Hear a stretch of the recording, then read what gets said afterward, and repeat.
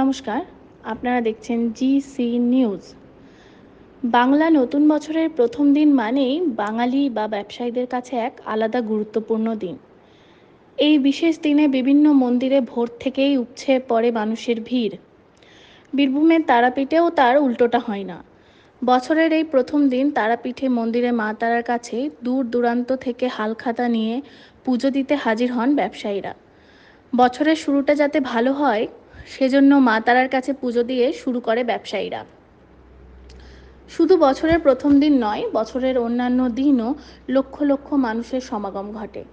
নতুন বছরের প্রথম দিনও দূর দূরান্ত থেকে হোক বা এলাকার স্থানীয় ব্যবসায়ীরা যাতে তাদের পুজো সুষ্ঠুভাবে সম্পন্ন করতে পারেন তার জন্য মন্দির কমিটির পক্ষ থেকে আলাদা করে নিরাপত্তা কর্মী নিয়োগ থেকে শৃঙ্খলা রক্ষা করার জন্য মন্দির চত্বরে বিশেষ ব্যবস্থা করা হয়েছে। স্থানীয় পুলিশ প্রশাসনেরও এই দিনটির জন্য বিশেষ নজরদারি রয়েছে। প্রত্যেকদিন যেটা মায়ের পুজো যেটা নিষ্ঠা সহ করা হয় সেই নিয়মে কিন্তু আজকে পয়লা বৈশাখ মানে শুভ সূচনা 1431 সাল যেটা পড়ে গেল, সেই জন্য মায়ের কাছে প্রার্থনা করি সকলে সুস্থ থাকুন, ভালো থাকুন, আগামী দিনটা যেন ভালোই হবে।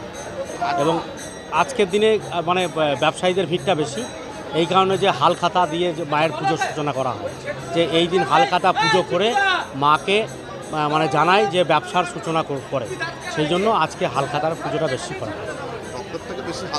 হ্যাঁ, হালখাতার পুজোটা বেশি হয় মানে এই দিনে, মানে পয়লা বৈশাখের দিনে, যেন ব্যবসায়ী যারা লোক আছে তাদের ভিড়টাই বেশি হয়।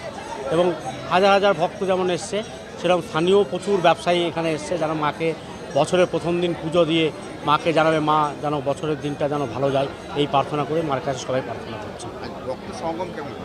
ভক্ত কম 20 থেকে 30 হাজার লোক এখনও পর্যন্ত দর্শন করে নিয়েছেন। ঠিক আছে।